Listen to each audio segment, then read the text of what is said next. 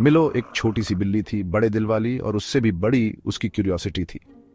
वो willow book में रहती थी, एक छोटा सा गांव हरे भरे पहाड़ों के बीच। विलो ब्रुक बहुत छोटा सा था, प्यारे प्यारे कॉटेजेस और एक फ्रेंडली बेकर मिस्टर बन के साथ। लेकिन मिलो को गांव के बाहर एक्सप्लोर करना बहुत पसंद था। हर पत्ते की आवाज, हर चिड़िया की चहचहाहट उसकी एडवेंचरस स्पिरिट को बुलाती थी। एक ठंडी सुबह विलो ब्रुक पर फ्रॉस्ट की एक सफेद चादर बिछी हुई थी। हवा ठंडी थी, लेकिन मिलो अपने थिक फर कोट में गर्माहट महसूस कर रही थी। वो मिस्टर बन के गार्डन से बाहर झांक रही थी। उसकी विस्कर्स हिल रही थी जैसे वो फ्रेशली बेक्ड ब्रेड की खुशबू सूंघ रही हो। अचानक लाल रंग की एक चीज ने मिलो का ध्यान खींचा। एक चमकदार लाल बैलून हवा में नाच रहा था, फ्रॉस्ट से ढके फील्ड के ऊपर धीरे धीरे। ये जादुई लग रहा था, जैसे हल्के नीले विंटर स्काई में सनशाइन की एक बूंद। मिलो ने ऐसा पहले कभी नहीं देखा था। उसकी पूंछ एक्साइटमेंट से हिलने लगी।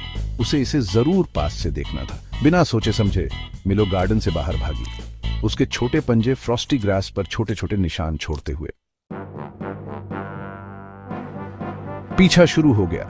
लाल बैलून फील्ड्स के ऊपर तैर रहा था और मिलो उसके पीछे भाग रही थी। उसकी छोटी टांगें उसे पहले से कहीं ज्यादा तेज भागने पर मजबूर कर रही थी। वो फेंसेस के नीचे से निकली, छोटी स्ट्रीम्स के ऊपर जंप लगाया और लंबी ग्रास से फुर्ती से गुजरी।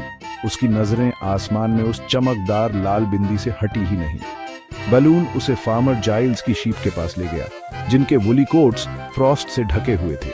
जैसे ही मिलो भागी, उन्होंने हैरानी से उसकी तरफ देखा। फिर बैलून उसे विस्परिंग वुड्स के पास ले गया, एक ऐसी जगह जिसके बारे में उसकी मां ने उसे चेतावनी दी थी। लेकिन बैलून का लालच इतना ज्यादा था कि वो खुद को रोक नहीं पाई। जैसे ही मिलो वुड्स में एंटर करने वाली थी, बैलून नीचे आ गया और एक स्लीपी ब्राउन काऊ की पीठ पर आराम से लैंड कर गया। काऊ अपनी पीठ पर अचानक आए लाल मेहमान से चौंक कर हैरानी से मुंह की। मिलो शुरू में थोड़ा डर गई, लेकिन फिर कॉशियसली काऊ के पास गई। उसकी क्यूरियोसिटी उसके डर पर हावी हो गई। काऊ ने मिलो की फ्रेंडलीनेस को समझते हुए अपना सर नीचे किया और बैलून को धीरे से उसकी तरफ नज किया। मिलो ने बैलून को अपने पंजे से प्लेफुली मारा और फाइनली समझ गई कि यह बस एक प्लेफुल चीज है, कोई जादुई चीज नहीं। जैसे ही सूरज ढलने लगा, आसमान को ऑरेंज और पर्पल रंगों से रंगते हुए, मिलो ने डिसाइड किया कि अब वापस जाने का समय हो गया है। एक नए दोस्त, जेंटल काऊ और एडवेंचर से भरे दिल के साथ वो अपने कदमों को पीछे ले गई। लाल बैलून अब एक दूर की याद बन गया था। मिस्टर बन की किचन की गर्माहट और घर की फेमिलियर खुशबू ने उसका स्वागत किया, उसे खुश और विलो ब्रुक में एडवेंचर्स के एक और दिन के लिए तैयार छोड़ दिया।